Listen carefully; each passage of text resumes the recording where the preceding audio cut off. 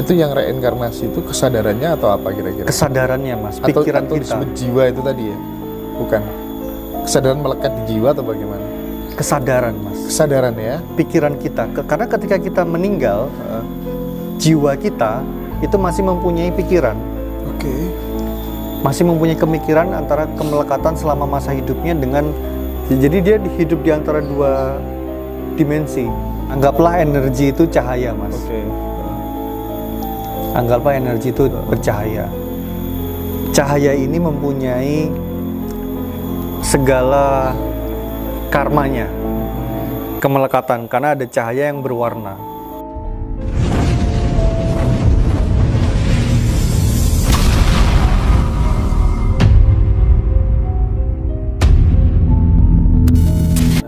Kalau pandangan beliau sendiri itu, yang Mas Galih tahu ya, atau di ajaran Buddhis itu memandang konsep hidup setelah mati itu, Mas, saya pengen sedikit dikasih cuplikannya seperti apa kira-kira kehidupan setelah mati itu, supaya paling enggak ya nanti kita ada persiapan, Mas, kita nggak kaget itu. Kalau udah punya mapping itu, oh ini yang dulu saya pernah tanya Mas Galih. Gimana tuh, Mas? Menarik, Mas. Saya pernah kalau di Islam kan selalu mengajarkan ingat mati. Sampai ada yang ya berpuasa, ya kan. Berpuasa adalah untuk menyadari segala metabolisme yang terjadi di dalam tubuh kita. Ya, di Buddhis ya. Kita mempunyai puasa juga.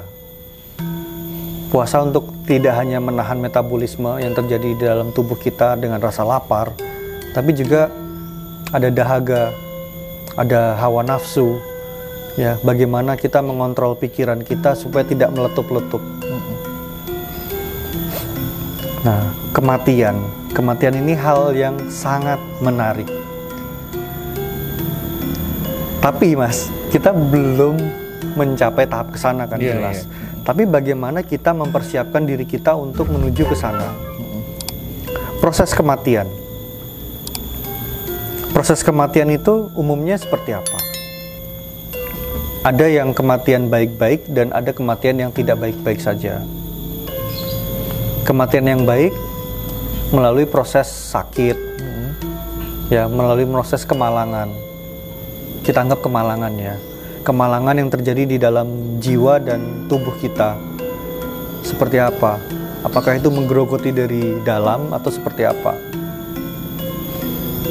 Kemudian tubuh kita mulai mengalami, setelah kita meninggal tidak bernafas, mulai mengalami pembusukan. Kita lebih ke fisik dulu ya. Pembusukan ini seperti apa? Ya, keluarlah belatung dari dalam tubuh kita karena ada mikroorganisme dari makanan yang kita cerna dan lain sebagainya.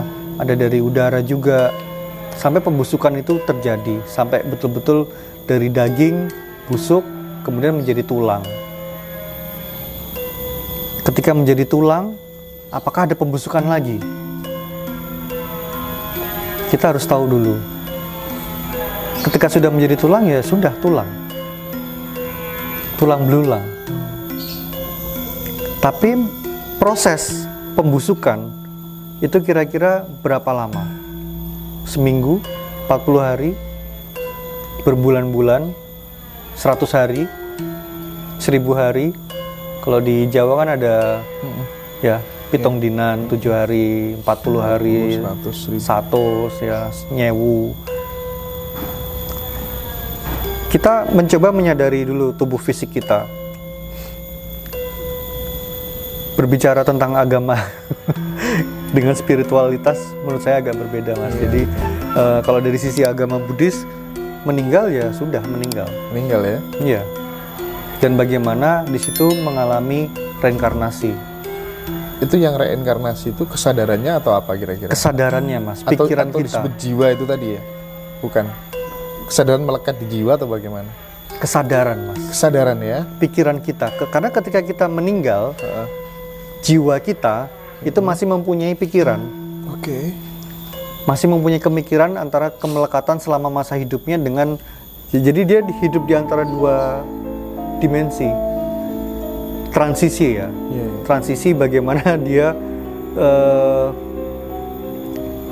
meletakkan dirinya itu, diletakkan ya, dia diletakkan di alam yang berbeda. Tapi kesadaran jiwanya itu masih di dunia nyata. Dia harus menghadapi pikirannya, energi dari pikiran. Ini kan ada elektromagnetik di sini, ada elektron-elektron di dalam pikiran kita. Itulah energi listrik kan. Nah, energi listrik itu yang menggerakkan jiwa kita. Ketika sudah berpindah, dia menyadari, ini tubuh saya melihat tubuh saya. Tapi kemudian belajar memahami lagi, saya ini sudah meninggal, mulai gelisah, mulai gentayangan, mulai kemana-mana, mulai bertemu keluarganya, mencoba ingin merangkau, memeluknya ya, ingin mencoba berkomunikasi dengan yang masih hidup, sudah tidak bisa, karena ini pikirannya, Mas. Itu sebenarnya pikiran atau yang orang sering sebut sukma sejati atau apa? Ya, kalau di sama sebenarnya ya, beda sukma, istilah ya. Pikiran dari jiwa ya. Tapi itu persis dengan kita atau gimana, andai kata bisa digambarkan Mas Galih? Gimana Mas? Sukma itu kan, anggaplah energi itu cahaya, Mas. Oke. Anggaplah energi itu bercahaya. Cahaya ini mempunyai segala karmanya, kemelekatan, karena ada cahaya yang berwarna. Ada yang berwarna merah, ada yang berwarna biru, putih, kuning keemasan. Tergantung dari orang tersebut ketika masa hidup seperti apa. Kemudian di dalam energi ini ada pikiran. Dari setelah kita baru meninggal. Ketika menjangkau apa yang masih hidup, sudah tidak bisa, dia kemudian baru pelan-pelan menerima untuk mempersiapkan ke lorong berikutnya, ke dimensi berikutnya. Nah, itu sudah bukan pencapaian pikiran lagi yang akan kita alami, tapi pencapaian rasa. Kita nggak bisa mengalami, Mas. Tapi mungkin ada beberapa pelaku spiritual yang mungkin istilahnya astral ya, atau Ngrogo Sukmo. Kita belajar dari Ngrogo Sukmo aja. Sukmonya masih ada. Rogonya masih ada, sukmanya pergi kemana-mana. Yang pergi kemana-mana itu pikirannya, Mas. Menurut saya ya pribadi. Pikirannya ya. Pikirannya. Dia mempunyai intuisi, dia membayangkan, pikirannya keluar. Tapi ya seakan-akan sukmanya itu terbang kemana-mana. Nah, misalnya ketika saya mempunyai kemampuan ya, Mas. Walaupun saya nggak mempunyai kemampuan untuk Ngrogo Sukmo, ya saya mencoba untuk melihat misalnya di kota mana itu ada peristiwa apa, ya kan?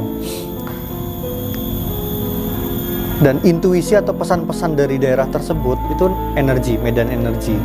Kemudian saya tangkap prosesnya, entah lewat benang atau cahaya tadi itu, atau tali itu. Kemudian saya cerna. Kemudian saya sampaikan seperti itu, Mas. Berarti kan pikiran dan sukmanya itu masih ada di dalam tubuh kita sebetulnya. Artinya bahwa kesadaran itu sebenarnya kekal ya, Mas Galih? Kesadaran kekal. Kekal ya? Iya, kesadaran itu kekal sampai dia bisa menelurkan atau merumuskan pengetahuan. Nah, misalnya seperti ini, Mas. Teman-teman spiritual yang di Ngaji Roso itu kan banyak sekali. Ada Mas Tunjung yang saya hormati. Beliau selalu memberikan pengetahuan yang luar biasa. Ketika Mas Tunjung Nyuwun Sewu sudah tidak ada, tapi yang masih ada apa? Energinya, pikiran-pikiran, buah-buah pikirannya yang transfer ke masing-masing individu. Kita menerimanya lewat media, tapi kemudian itu masuk melekat di dalam pikiran dan jiwanya masing-masing yang menerimanya.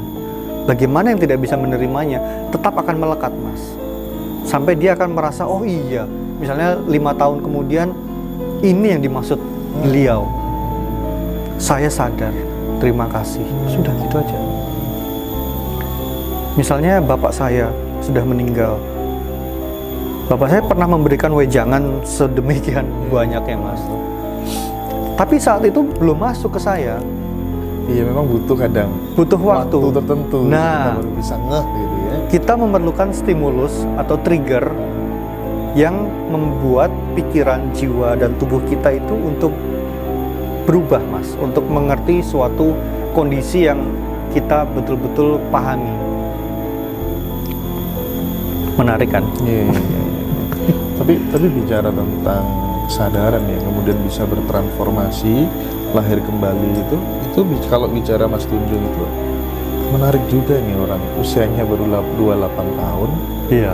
Tapi pengetahuannya iya, sudah melebihi dari luar biasa ya, Mas Tunjung. Ya. Apa tuh namanya, melampaui dirinya sendiri. Okay. Nah, seperti itu berarti kan kemungkinan memang kesadaran orang lampau yang dulu sudah pernah hidup di masa-masa tertentu begitu kan, Mas? Bisa jadi kan? Saya nggak berani bilang itu masuk ya, istilahnya masuk ya. Tapi saya yakin di dalam setiap individu kita itu ada yang namanya DNA. DNA dalam setiap manusia ini mempunyai segala informasi. Nah, Mas Tunjung ini siapa? Jenengan harus tahu dulu riwayatnya, silsilahnya. Sehingga ada suatu sedemikian rupa kondisinya Mas Tunjung. Kita jadi bahas Mas Tunjung nih, nyuwun sewu. Jadi ada kondisi yang membuat kebangkitan spiritualnya Mas Tunjung itu der. Sehingga akses dari DNA itu terbuka semua, Mas. Gitu. Nah, di momen apa Mas Galih pernah mengalami hal seperti itu gitu, sehingga akses itu yang tadinya dulu seret kemudian sekarang, nah itu di momen apa tuh? Ya, ceritakan dong, Mas. Di momen ketika saya mempertanyakan diri saya itu siapa. Itu aja, Mas. Jadi saya dari kecil banyak kemalangan. Saya sudah tinggal ibu saya ketika saya umur 4 tahun. Kemudian dibesarkan di Jakarta, dijauhkan dari saudara kandung. Ya, karena kondisi keluarga waktu itu memang tidak memungkinkan. Karena saya waktu itu masih kecil sekali, 4 tahun. Kemudian dirawat oleh saudara atau tante saya.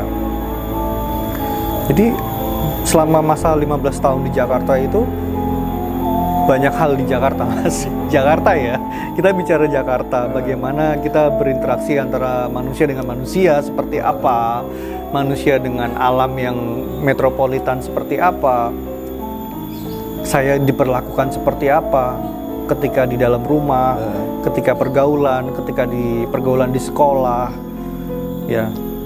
Jadi saya mulai menyadari ketika justru keluar dari sana, Mas. Saya menginginkan kebebasan.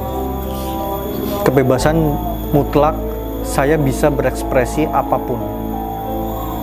Jadi tidak ada batas. Tidak ada batas, saya ingin ke alam ya ke alam, saya ingin guling-guling ya guling-guling. Saya sedih, mau nangis gitu. Jadi tidak ada batasan. Karena kalau di dalam norma masyarakat, kita ada batasan, Mas. Saya beruntung sekali saya tinggal di hutan. Keren tapi, Mas? Di hutan, saya mau teriak-teriak, saya mau main alat musik 24 jam. Ya.